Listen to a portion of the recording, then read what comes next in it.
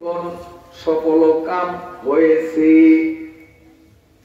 আল্লাযীনা হুম ফি সালাতিহিম খাশিউন, যারা নিজ নিজ নামাজে ভীত।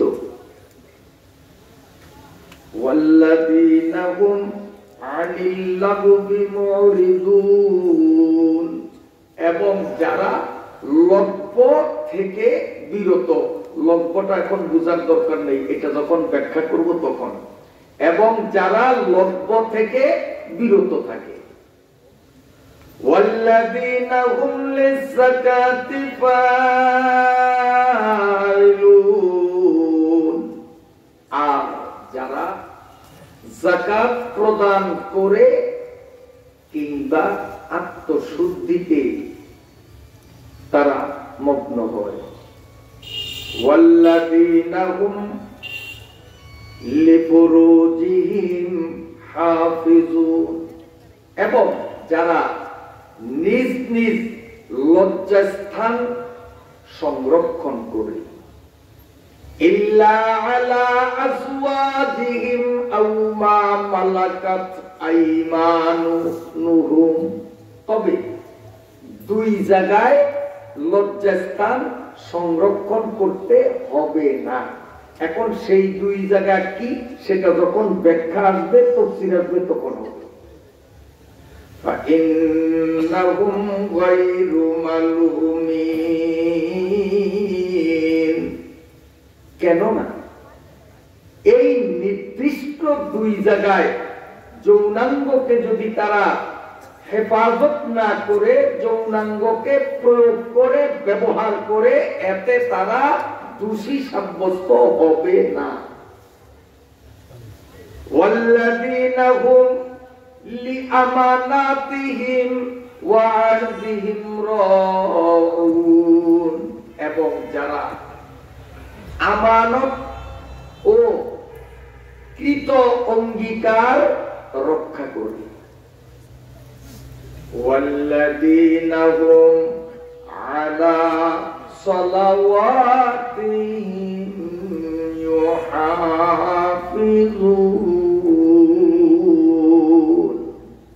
এবং যারা নামাজগুলির উপর যত্নবান হয়। উলাইকা হুমুল ওয়ারিসুন, তারা উত্তরাধিকারী সূত্রে মালিক হবে। আল্লাযীনা ইয়ারিসুনাল ফিরদাউসা হুম ফিহা খালিদুন, উত্তরাধিকারী সূত্রে তারা এমন জান্নাতের মালিক হবে যে জান্নাতে একবার ঢুকবে তো ঢুকবে, আর কোশ্চিন কালেও জান্নাত থেকে বের করা হবে না। এ হলো আমার তিলাওয়াতকৃত আয়াত কয়টি শাব্দিক বাঙ্গানুবাদ। এবার আসুন তাফসীর বা ব্যাখ্যা। প্রথম শব্দ কাদ আফলাহা। কাদ শব্দ হলো নিশ্চয়তা জ্ঞাপক অব্যয়, গ্রামারের পরিভাষায় কথার মধ্যে দৃঢ়তা সৃষ্টির জন্য, কথার মধ্যে কোন রকম সন্দেহের অনুপ্রবেশ যেন না হতে পারে, এজন্য শ্রোতার মন আকর্ষণের জন্য এ জাতীয় অব্যয় পদগুলোকে ব্যবহার করা হয়। তাহলে কাম অর্থ হবে অবশ্যই নিশ্চয়, বিনা সন্দেহে। এরপরে হলো আফলাহা, এরপরে হলো আল মুমিনুন। ক্রিয়া ব্যাকরণের পরিভাষায় তিন প্রকারের: অতীতকাল জ্ঞাপক ক্রিয়া, বর্তমানকাল জ্ঞাপক ক্রিয়া, ভবিষ্যৎকাল জ্ঞাপক ক্রিয়া। কি বলেন না ভুল বলছি? ক্রিয়া কয় প্রকার? তিন প্রকার। অতীতকাল, খাইছি, এটা কি বুঝাইছে? বিকালে খাবো, এটা বুঝাইছে? আগে খাইছি, পিছনেরটা বুঝাইছে। খাইতেছি, এটা কি বুঝায়? যে এখন বর্তমানে খাইতেছি, পিছে খাইছি কি খাই না তা বুঝায় না, সামনে খাবো কি খাবো না তাও বুঝায় না, বর্তমানে খাইতেছি এটা বুঝায়। খাইব এটা কি বোঝায়? ভবিষ্যৎ বোঝায়। তাহলে ক্রিয়া কয় প্রকার? অতীত, বর্তমান, ভবিষ্যৎ। এখন আফলাহা আরবি ব্যাকরণে অতীতকাল জ্ঞাপক ক্রিয়া সাফল্য মণ্ডিত হইয়া গেছে। এর বর্তমান কাল জ্ঞাপক ক্রিয়া হলো ইয়াফলাহু, সাফল্য মণ্ডিত হইতেছে। এর ভবিষ্যৎকাল জ্ঞাপক ক্রিয়াও হুবহু ইয়াফলাহু, সাফল্য মণ্ডিত হইবে। সাফল্য মণ্ডিত হওয়ার অর্থ জান্নাতের মালিক হওয়া। তাহলে আয়াতের অর্থ দাঁড়ালো কাদ আফলাহ আল মুমিনুন, নিশ্চয়ই নিশ্চয়ই মুমিনগণ জান্নাতের মালিক হইয়া গেছে। আয়াতের অর্থ হয় কি? মুমিনগণ নিশ্চয়ই জান্নাতের মালিক হইয়া গেছে। আচ্ছা, আমরা জান্নাতের মালিক হইয়া গেছি? কই জান্নাতটা কই? আমি তো আমার ঘরে না থাকি, আপনি আপনার ঘরে থাকেন। জান্নাতের মালিক হইলি তো রাত্রে জান্নাতের ঘরেই তো শুইতাম। মরলে হলে তাহলে সেটা ভবিষ্যৎ না অতীত?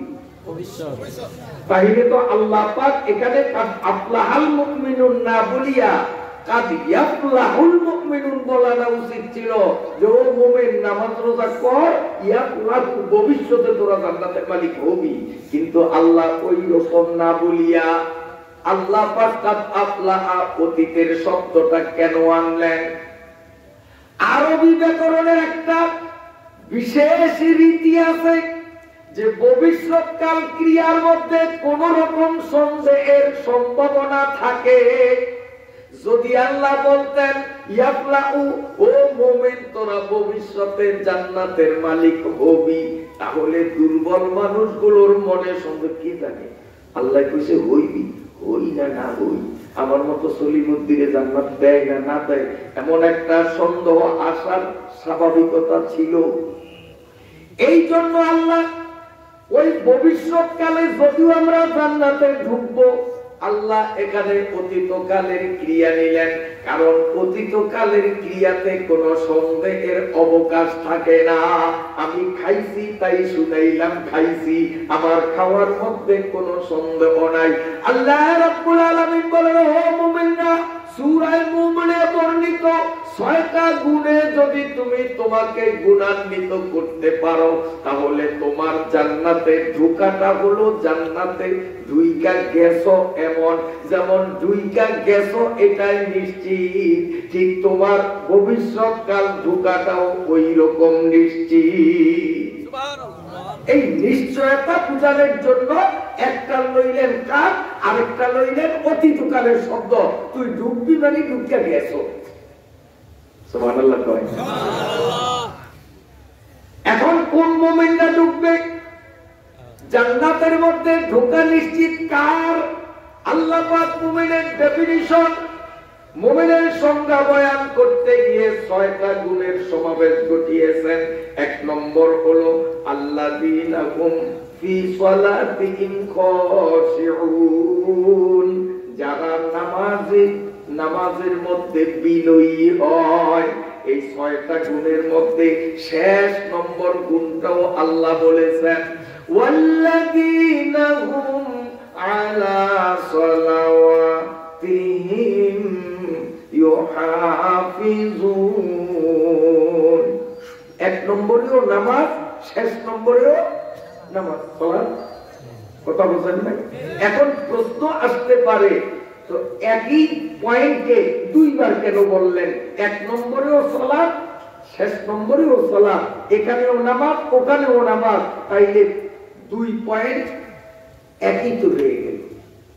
একটারে দুইবার কেন বললো? তাফসীরের কিতাবে লেখে না, ৬টা পয়েন্ট প্রত্যেকটাই স্বতন্ত্র, আলাদা আলাদা। প্রথমেও নামাজ, লাস্টেও নামাজ, নামাজে নামাজে ব্যবধান আছে। প্রথম শব্দ হলো সালাত, আর দ্বিতীয় একবারে লাস্টের যেটা সেখানে হলো সালাওয়াত। উচ্চারণে ব্যবধান আছে। সালাত আর সালাওয়াত। সালাত হলো ইসমে জিনিস, সালাওয়াত ইসমে জমা। এই আলেমদের উদ্দেশ্যে বলছি, এবার আপনাদের উদ্দেশ্যে বলি। যদি বলেন রস্যকার এই ইসমে জিনিস বুঝাই, গড় ও রস্যকার গরু। এখন এই গরু শব্দটা উত্তরোত্তর চাই পাওয়া জানোয়ার, বিশেষ একটা জানোয়ার, এটারে গরু বলা যায়। ভোলার দ্বারেও গরু বলা যায়, ঢাকার দ্বারেও কি বলা যায়, এই গরু শব্দ বলা যায় না। সৌদি আরবে যদি এরকম একটা পাওয়া যায় ওইটারও গরু বলা যাবে কিনা? লন্ডনে পাওয়া গেলে ওইটারও গরু পাওয়া যাবে, মুশকিল তুইব।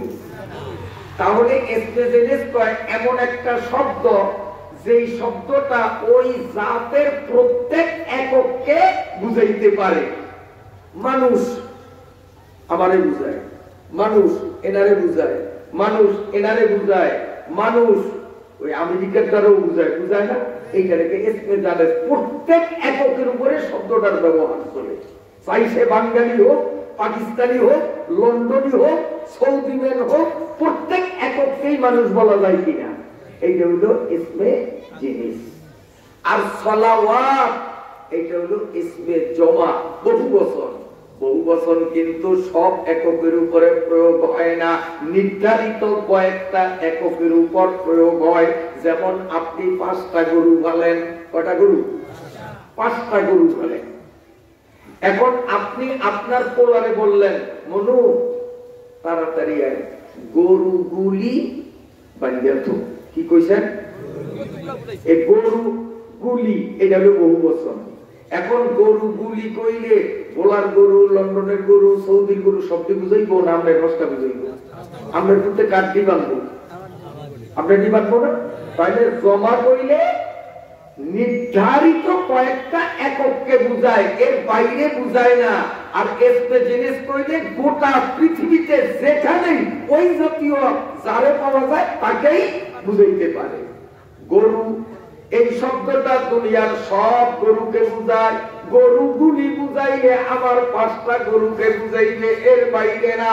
মনু গরুগুলি বান, ও আমার 5টাই বানবে, এর বাইরে একটাও বানবে না। 4টা বানবে, একটারে ছাড়া রাখবে, এমনও করবে না। বুঝাইতে পারছে কিনা? আমার আল্লাহ সূরা মুমিনুনের মধ্যে ইমানদারের পরিচিতি বয়ান করতে গিয়ে প্রথম বলেছেন, আল্লাযীনা হুম ফি সালাতিহিম খাশিউন। সালাত হলো ইসমে জিনিস, সব এককের উপরে সালাত হয়।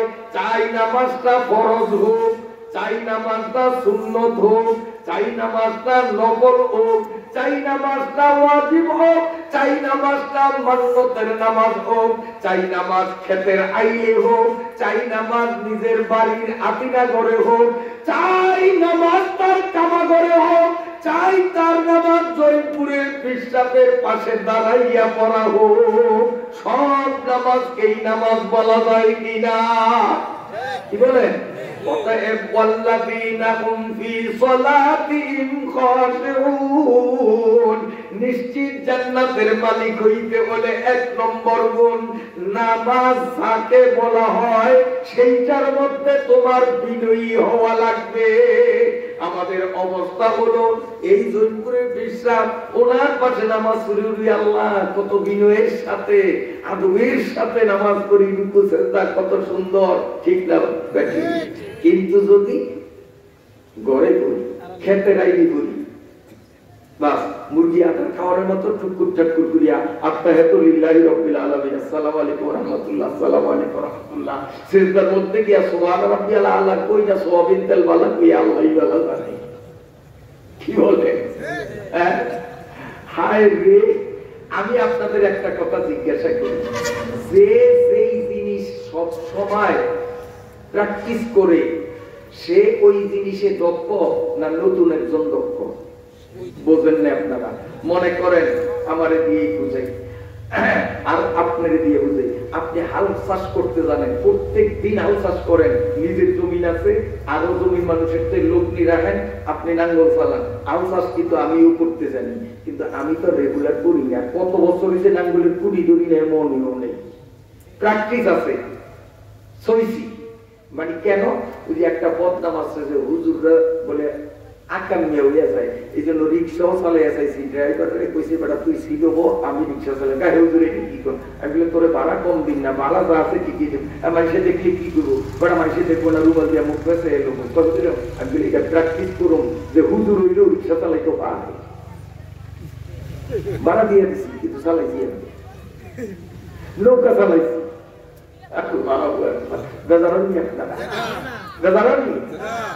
ও ভাইরা, এখন যদি জৈনপুরের পীর সাহেবের কাছে দাঁড়াইয়া নামাজ পড়ি, আমার নামাজের ভাব একরকম, বাড়িতে যখন পড়ি নামাজের ভাব হয় আর একরকম। ঠিক না ভাই? ঠিক। যদি আমরা ইমামতি করি আলহামদুলিল্লাহি রাব্বিল আলামিন আর-রাহমানির রহিম, ওই বাবা ওই যারা কারিয়া লাগে। এই ইমাম সাহেব যখন সুন্নত পড়ে, কিরে ইমামতি করার সময় 1 রাকাত পড়তে তোর যে সময় লাগলো, সুন্নত পড়ার সময় 10 রাকাত পড়লি, মানুষ তো তুই কথা কর না, কথা কর না। আল্লাহ বলেন আল্লাযীনা হুম ফি সালাতিহিম খাশিউন, তুমি যদি ইমামতি অবস্থায় নামাজে থাকো, তুমি যদি একাকী অবস্থায় নামাজে থাকো, তুমি যদি সর্বনাই পিসাবের পাশে দাঁড়াইয়া নামাজি থাকো, তুমি যদি ক্ষেতের আইনের উপর দাঁড়াইয়া নামাজি থাকো, তুমি তোমার ঘরে নামাজি থাকো, তোমার সব নামাজের মান এক হওয়া লাগবে। মেসাল যেটা বুঝাইতে চাইছি, আর আমিও সইতে জানি, কিন্তু আমি মতদেরও ভালো না, পারবো হঠাৎ না ওই আপনার গরুর ফাড়ের মধ্যে লাগিয়ে দিতে পারি। ঠিক আছে না? কারণ আপনি যেহেতু প্র্যাকটিস করেন বারবার, আপনি যত সুন্দর করিয়া পারবেন, আমি তো পারবো না। আবার ও আমি যত সুন্দর করিয়া করতে পারি, আপনার করে নিয়ে বয়ে দিছে পারেননি, কাপড় চোপড়ই নষ্ট হয়ে দিব অনেকে। কারণ এইটা আমার প্র্যাকটিস আছে, এটা আমি পারবো। অনেক বড় বড় আলেম আছে যে আমারে বড়াইতে পারে, আমি ওয়াজে ভুল করলে ভুল ধরতে পারে, কিন্তু চেয়ারে দিলে বসাইলে কিন্তু কাপড় নষ্ট করতে নাই নাই।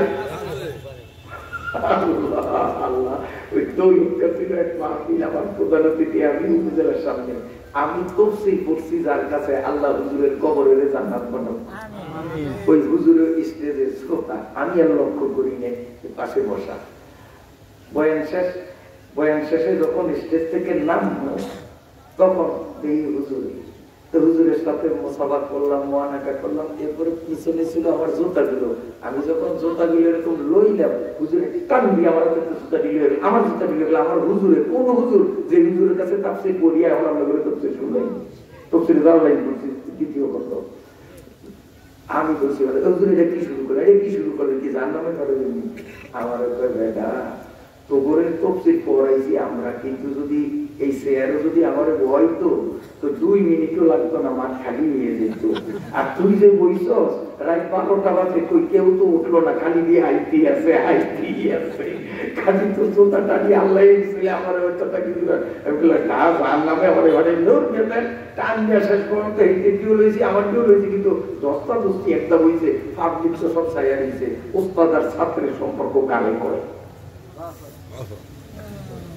উস্তাদের ছাত্রকে নিজের ছেলে ভাবতে হবে, আর ছাত্র উস্তাদকে নিজের বাপ ভাবতে হবে, নইলে এলেমের বরকত হয় না।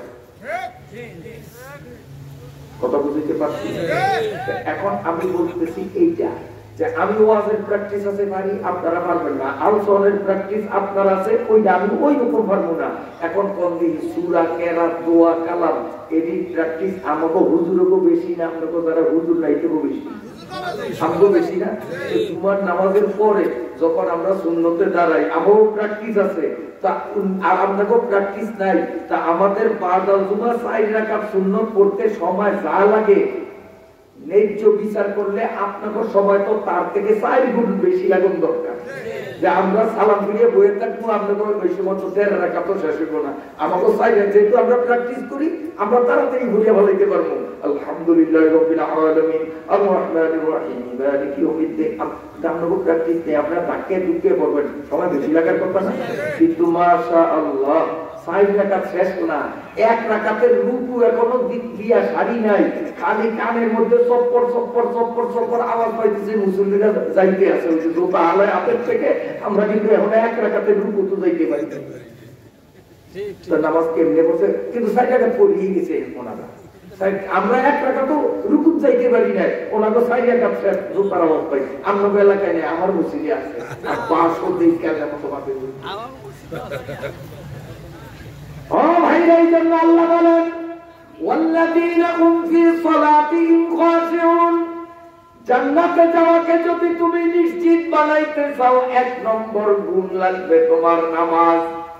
ফরজ হোক, ওয়াজিব হোক, সুন্নত হোক, একাইকি হোক, জামাতে হোক, ইমাম হইয়া হোক, যে কোনো অবস্থায় হোক, তোমার সব নামাজের মধ্যে বিনয়ী হইয়া আল্লাহ তোমার নাক কপালের দিকে তাকাইয়া আছেন, আল্লাহ তোমারে দেখতেছেন, এই খেয়াল মনে রাখিয়া নামাজ পড়া লাগবে। 1 নম্বর গুণ হলো এটা। আর শেষ নম্বর গুণ হলো আল্লাযীনা হুম আলা সালাওয়াত, এটা কিন্তু সালাত না, সালাওয়াতিহিম। সালাওয়াত হলো ইসমে জমা, বহু বচন। সালাওয়াতের অর্থ নামাজ গুলি, সালাত অর্থ নামাজ আর সালাওয়াত অর্থ নামাজ গুলি।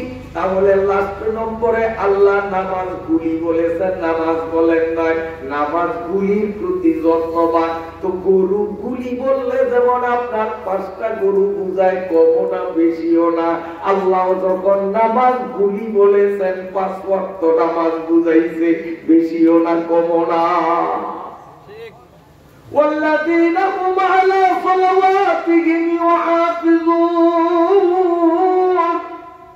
নিশ্চিত জান্নাতি যদি কেউ হইতে চায়, ফজর, যোহর, আসর, মাগরিব, এশা 5 ওয়াক্ত নামাজের প্রতি যত্নবান হওয়া লাগবে। শুধু মাঝে মধ্যে পড়লে চলবে না। আমাদের দেশে কিছু মানুষ আছে, বিশেষ করিয়া জুয়ানদের মধ্যে বেশি, 5 ওয়াক্ত নামাজে আসে না, মাঝে মধ্যে শুক্রবারে হাজিরা দেয়।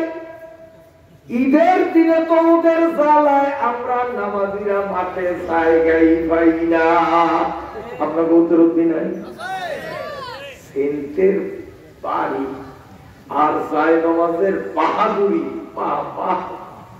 মোটর সাইকেল দিয়ে দৌড়ে যায়, তারপরে অন্তত 50 টাকার পিছনে লাগা, সব জায়গা ওরা দখল করছে। কারা জাগরে ফজরে দৌড়ে আসরে আমার জায়গা।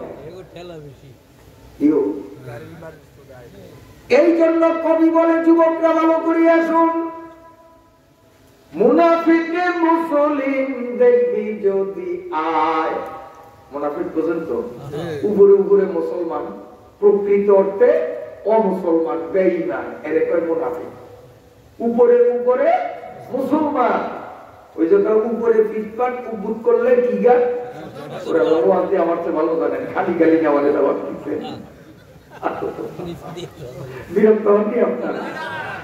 যারা উপরে উপরে মুসলমান, ভিতরে কিন্তু সদরঘাট, এগুলি রেপের মুনাফিক। মুনাফিকে মুসলিম দেখবি যদি আয়, 5 ওয়াক্ত নামাজ ওরা পড়ে না, বছরে 2 ঈদের নামাজ ছাড়ে না, মাঝে মধ্যে টুপি মাথায় দিয়ে ওরা জুমা পড়িতে যায়। মুনাফিক মুসলিম দেখবি যদি আয়। যদি মুমিন হইয়া মাওলার জান্নাতে যাইতে চাও, যে কোনো নামাজে বিনয়ী হওয়া লাগবে, বিশেষ করিয়া 5 ওয়াক্ত নামাজের প্রতি যত্নবান হওয়া লাগবে। আর যদি মুনাফিক হও, ইন্নাল মুনাফিকিনা ফিদ দারকিল আসফালি মিনান নার।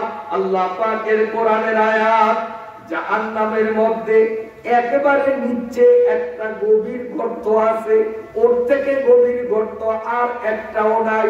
ওই গভীর গর্তের ভিতরে মুনাফিকগুলাকে রাখা হবে। বুঝে থাকলে বলুন, মুনাফিকরা উপরে থাকবে না তলে থাকবে? তলে। আর মুনাফিক ছাড়া অন্য আসামিরা থাকবে উপরে। এখন অন্য আসামিগুলো কি শ্বশুর বাড়ির জামাইরা ধরতে গিয়ে তো চোখে বুঝতে, হ্যাঁ কি করবে? আগুন দিয়া পোড়া দিব না? তা আগুন দিয়া পোড়া দিলে শরীর পুরিয়া পচিয়া সুইচ বাইরিব না? না বাইরিব?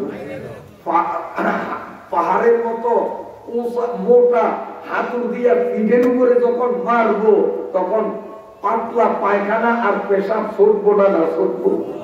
দুর্গন্ধ শরবত যখন এই আসামিগুলোরে খাওয়াইবো, নারীগুলি উল্লাইয়া মোড়াইয়া বমি করবো না? না করবো? তো পাতলা গু, মুখ, ফুল, বমি এগুলা তো বিমানের মতো উপরের দিকে যায়, হেলিকপ্টারের মতো উপরের দিকে যায় না? কোন দিক যায়? আর নিচে আছে কারা? কয় না কারা? মুনাফিকরা। নিচে কারা?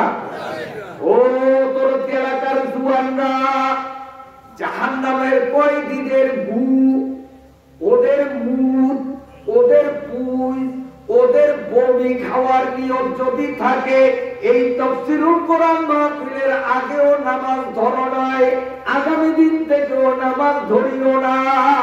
গুজ মতো গুমুট আর পুজ খাওয়ার ব্যবস্থা হবে। গু খাওয়ার নিয়ম থাকলে নামাজ ধরিল না। আর যদি মাওলা জান্নাতে কাদ আফলাহাল মুমিনুন, নিশ্চিত জান্নাতি হইয়া মাওলার জান্নাতের নাজলে আমত ভোগ করার নিয়ম যদি থাকে, তাহলে মুনাফিক হবে না, মুমিন হবে। আর মুমিন হতে হলে যে কোনো নামাজের মধ্যে বিনয়ী হতে হবে, বিশেষ করে 5 ওয়াক্ত নামাজের প্রতি যত্নবান হতে হবে। বুঝাইতে পারলাম? বুঝাইতে পারলাম? এখন আগামী দিন দেখা যাবে মসজিদে জমাত চলে, আর কোন কপাল করা যদি চায়ের দোকানে মোবাইল একটা হাতে নিয়ে ফেসবুক আর ইউটিউব চালায়, মসজিদে গেল না, তো বুঝবেন এইটা গু খাওয়া পার্টি। এটা কোন পার্টি? কোন জায়গার গু? জাহান্নামের আসামির গু, কাফের বেঈমানের গু। কারণ জাহান্নামের মধ্যে আবু লাহাব, আবু জেহেল এগুলোই যদি গু। এই আবু লাহাবের গু, আবু জেহেলের গু, ফেরাউনিয়ার গু, নমরুদের গু, ভূত, পুই খাইতে যদি নিয়ত হয়, নামাজ পড়িস না, কোনো অসুবিধা নাই। আর মাওলার জান্নাতের নিয়ামত যদি খাইতে চাও, তাহলে ইনশাআল্লাহ আমরা নামাজ ধরবো তো ধরবো, মরণ পর্যন্ত। আর আল্লাহ কবুল করেন, আল্লাহ কবুল করেন। রাগ করছেন? আমি একটু পথ পরিষ্কার করছি, পথ কোনটা দেখে দিচ্ছি। এখন গু খাওয়া পার্টি হইলেও হইতে পারেন, আর জান্নাতের শরবত খাওয়া পার্টি হইলেও হইতে পারেন, সেটা আপনাকে ব্যাপার। রাগ করছেন? এবার আছেন, আল্লাহ বলেন নিশ্চিত জান্নাতি হইতে গেলে এই তো 2টা গুণ। 1 নম্বর হলো যে কোনো নামাজ বিনয়ের সাথে পড়তে হবে, একাগ্র চিত্তে পড়তে হবে, খেয়ালে পড়তে হবে। আমার খেয়ালের মধ্যে ভেজাল আছে, আমার দিকে চান, আমার দিকে চান। ওয়াজ কান দিয়েও শোনা লাগে, চোখ দিয়েও শোনা লাগে, এদিক টাকা আমার দিকে চান। অনেক মুসল্লি দিয়ে আমার দিকে চান, নামাজ পড়ে কি ধ্যানের সাথে